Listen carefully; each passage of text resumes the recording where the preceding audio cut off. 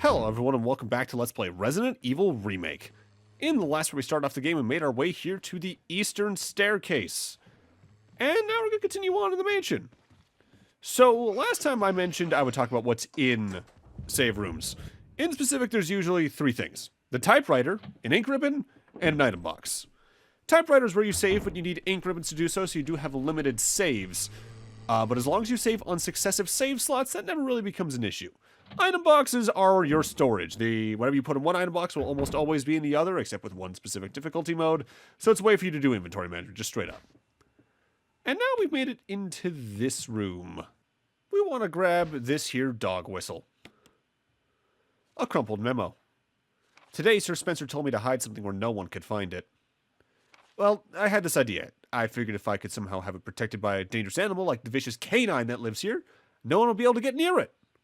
As far as I can tell, the mutt's always hanging around the second floor balcony on the west side of the terrace, and he ought to come running at the sound of a dog whistle.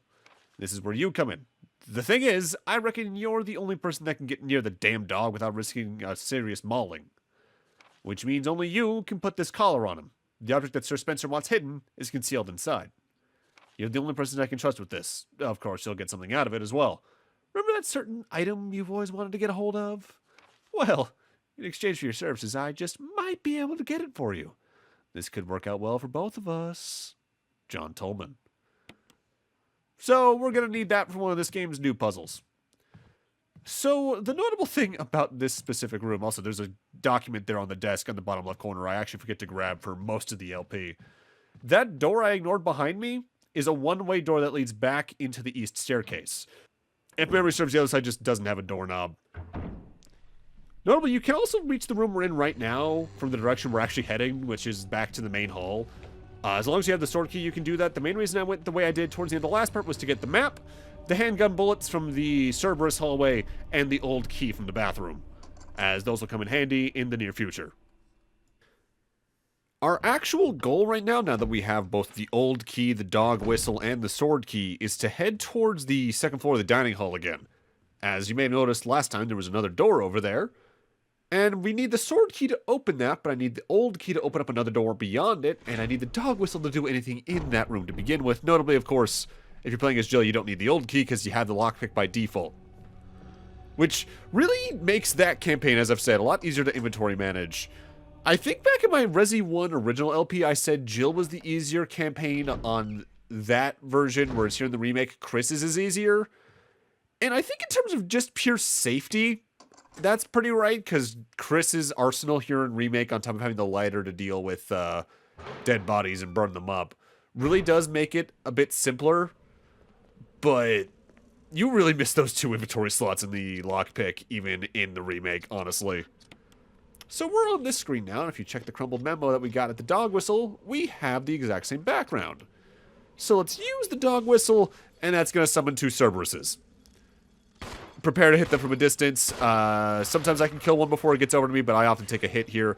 Thankfully, those green herbs that are there in that little planter right there don't take up an inventory space, and you can just heal right off of them. And I think that's intentional because they know they're forcing you to encounter at least two enemies here. They might notice since we killed the one's glowing, as the note we got earlier said, their collar had something in it. Also, for some reason, I didn't take enough damage to register a health change there. So we already know there's something in the collar, so let's go examine and see what we got. Also, we can check the door to get rid of the dog whistle, and I'm glad that's the option there. I'm not done in that room, though, technically, as even though I technically never use it. You can go to the opposite end of that room and unlock a door, and that'll give you a way to get over to this hallway that we just came from without going through the dining hall, which not super necessary. But I appreciate the fact that they rounded out a lot of the mansion's design to feel like it's more of a functional mansion rather than the original game, which is a great Zelda dungeon, but doesn't feel like it'd be very well put together as a house. For right now, let's talk about my personal history with this game. Obviously, I have some history with Resident Evil to begin with. I've been playing it for years, as I believe I mentioned in prior Resident Evil LPs, especially the original one. The PlayStation version, despite being a year older than me, it was actually the first M-rated game I personally owned. Remake I played after that. I forget exactly what I did to play it, though. I want to say either my local library, you could rent games from it, and I think they may have had the Wii release? Because I remember them distinctly having M-rated games, and I think one of the Resident Evils on Wii was one of those. It may have been Umbrella Chronicles, though, now that I think about it. If it wasn't that, it was the same friend who I don't think I've actually talked about this story yet, gave me God of War 1 for my birthday one year. He let me borrow his copy of God of War 2, and I think he also, at one other point, let me borrow his copy of this. And my first playthrough was a, goddamn nightmare. As out of the classic Resident Evils I played very early on, I think this is the one that easily tested my ammo conservation skills the most, let alone my healing item usage. This is a hard game on a first run. Not the hardest classic Resident Evil, but it is up there. There is another reason my first playthrough was a nightmare, but I'll go after that after we talk about this particular save room, and namely what I'm doing in it. At this point, I'm finally remembering to investigate the dog collar. Just investigate the front of it. There's a switch. Will you press it? And within it lies this thing. A coin was hidden inside the collar, but we're not done with it yet. Investigate it again. It's changed into a shape of a key. This is a key imitation. We can't use it as a key, but we can use it to put it into key-shaped things in the case we need to. Keep in mind this save room for later, by the way. This is arguably one of the most handily placed ones in the game during this specific section, as you could do a lot in the west wing of the house at this point. Also, I'm grabbing the fuel canteen really quick because I want to actually not only showcase lighting a body on fire, but the body just outside of this save room does eventually become a Crimson Head. And I'd rather avoid that, as I said, I like using this save room a lot. But yeah, way you actually light a body on fire, you use the fuel canteen to douse the body, and then your lighter lights them up. I think you can take minor damage from the fire, as can other enemies. But as long as they light on fire, you're never going to have to deal with a Crimson Head from them, and that's good for me. Using an old key right here to access this room, where I think I actually may miss an item. Like I said, I believe last time, there's sometimes items blended just enough into the background without the flash or the slight pulsating light that it's easy for me to miss them. This here, I believe, is our first flash grenade. Like I said, this is a very powerful defense weapon to the point where you might not want to waste it. And here we got a broken shotgun. Now, I haven't showcased why you might want a broken shotgun, but trust me, you do. Also, these kerosene containers. Some of them have a lot of uses in them. Sometimes they'll only have like 4 or 5 total uses of kerosene within them. So if you're even being a little too willy-nilly with burning bodies along the way, you'll quickly run out of kerosene. And if you're not quick on your feet, that means a lot of Crimson Heads pretty quickly. With that said, they do a good job of giving you a new kerosene container every here and again, so you're never probably too far away from being able to restock, but yeah. My mentality for this LP is to get through things as quickly as possible. So there's a lot of times I also just leave the fuel container, the fuel canteen in the item box here, as frankly, I need that inventory space for something else. Now, the other reason my first playthrough of this was a nightmare is that on a first playthrough, I'd also argue this is probably the most tense feeling Resident Evil. Namely because, for one thing, all these backgrounds are gorgeous, but because of that, the atmosphere here is incredible. Also, because of the slight wandering nature of some of the zombies here and again we've already brought up, I believe, there's potentially more jump scares here than in any other game in the series. So that could be a bit of a problem in that regard. So, what's kind of fun to me is part of the reason this game exists is because the studio that made it had nothing to do with the time. Because this was released after Resident Evil 3, of course. But also after they decided to scrap the version of Resident Evil 4 that ultimately became Devil May Cry. If memory serves from my Resident Evil 0 LP, at that point, Zero had already made the leap off the N64 and Code Veronica as well along the way, so the team went, okay, we need to do things. Let's start a new version of Resident Evil 4, because we do want to make one. That was ultimately, I believe, the castle build of the game. And a remake of the original, because at that point, most of the work's already done. We just need to figure out what to do to help differentiate it from the original while still keeping true to it.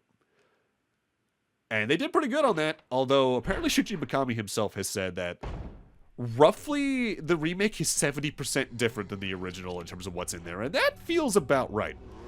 That's a Crimson Head. That's why they place bodies all over the place. As I mentioned, they'll just transform into them over time. They are fast, they are aggressive, but like the other zombies, they often won't try to approach you unless you either shoot them first or are seen by them first. So if you just try to avoid them, you still can get around them pretty easily. May whoever takes this emblem find peace in death. Ooh, ominous.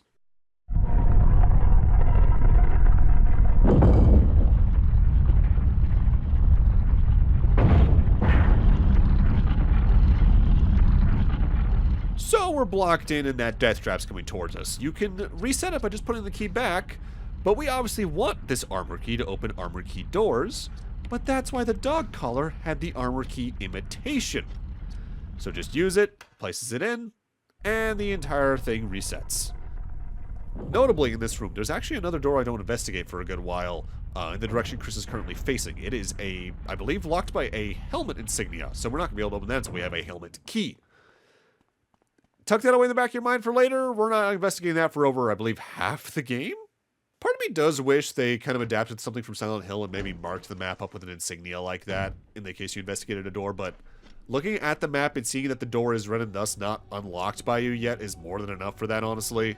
They give you every tool you really need to get around this mansion overall, in general. And I guess across just the classic Resident Evils in general. The only times that doesn't really feel exactly like it's the case is 0, but that's just because the lack of item boxes I brought up on that LP really make that a chore to play in some regards. Oh, hi there, buddy. If you listen carefully in the background, though, you hear a door being messed with. Remember what I mentioned about zombies wandering? That is horrifying if you're used to the earlier games. Because the only monster that really followed you between rooms was just Nemesis himself. I guess technically Mr. X sort of did in the original Resident Evil 2, but he only specifically showed up in very scripted places. Which technically that happens here too, but there's so many more rooms it can happen in here in the mansion than anywhere else in the game. If you hear that sound in a hallway, beware.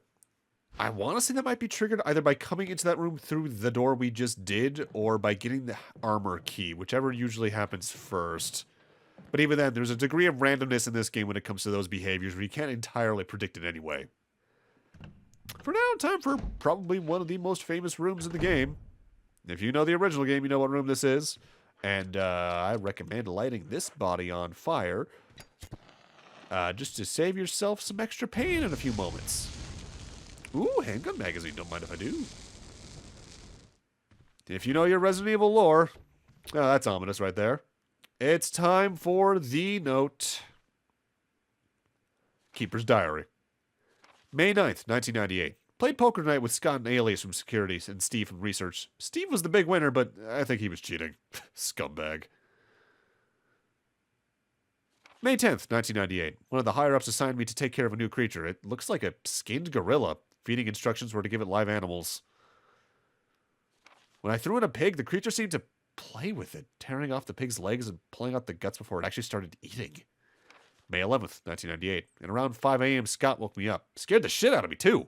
He was wearing a protective suit. He handed me another one and told me to put it on. Said there'd been an accident in the basement lab.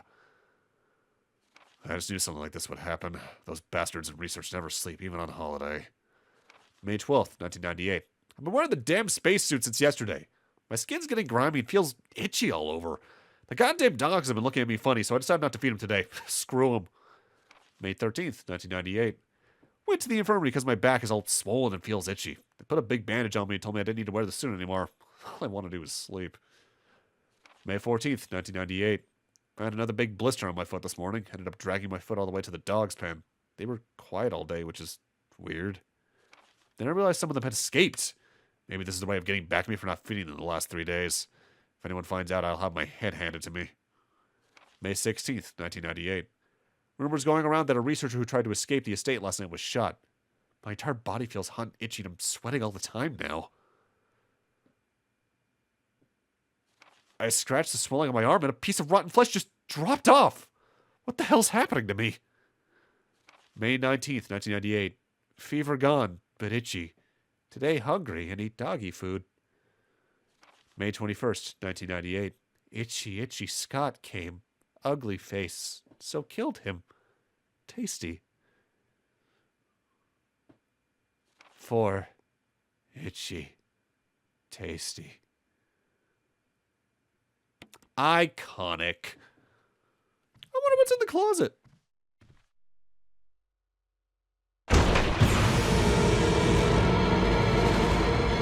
Oh my god, Mr. Itchy Tasty himself. Can I have your autograph? Here's the pen. Ow, I got you all over me. Notably, if you didn't burn the other corpse in this room, it also would have stood up at this point, and 2 zombies in this close of a quarter with the current arsenal Chris has is limiting, to say the least. You do want to fight them all the same because you want that old key, because those are in pretty short supply, and if you investigate a lot in the game, you end up using most of them. If not all of them, really. So now we've unlocked this door, and this is going to take us back to where good old Jerry is, our first zombie.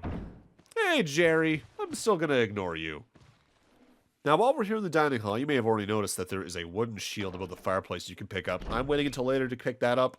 Additionally, we pushed a statue down to this floor from the second floor of the dining hall back in part 1. There is a blue gem where that crashed down over there. Again, waiting until later to pick that up as I have other priorities at the moment. For right now, where I actually want to go ahead is still connected to the main hall. We've explored most of the doors in this room. There's actually one I don't show off for a while that is behind the staircase. But I now want to check out the room on the very southeastern corner of the second floor. You never need to go in there in the current difficulties we're on, but you might as well at least investigate the door to use up its use of the armor key, so that way when you use up all the other uses, you can just drop it then and there. With that said, this room does lead to a pretty fun topic I'll probably get more into next part. If you're used to the original, what's here is still here, but you don't have to deal with the annoying enemy type that was here in the original. They moved them elsewhere. It's Forrest from the Bravo team. There are deep wounds all over his body. What could have torn him up like this? They may have moved the crows, but, well, Forrest is still here. Let's just grab everything we can in here and get out, because vibes here aren't exactly great now, are they? Green herb down this way. Might as well go grab it.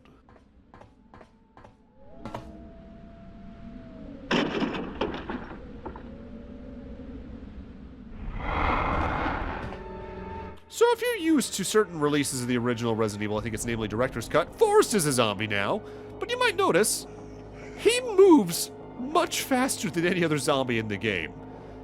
He's also much hardier from memory, similarly to a certain other S.T.A.R.S member in the original Resident Evil 2. You can deal with him. I'm just gonna leave him here because he's my buddy. He's having such a good time. Look at that walking animation. But what's fun is, after you beat the game on its hard mode that you unlock after beating easy or normal, Forrest himself is the focus of his own difficulty, which I'll get into the specifics of next time. It's a really annoying difficulty to get around, but it's cool as hell that it exists at all. But with that, I'm going to need to end this off here. Thank you guys for watching, and in part 3, we're heading back in this direction on the East Hall. See you guys then.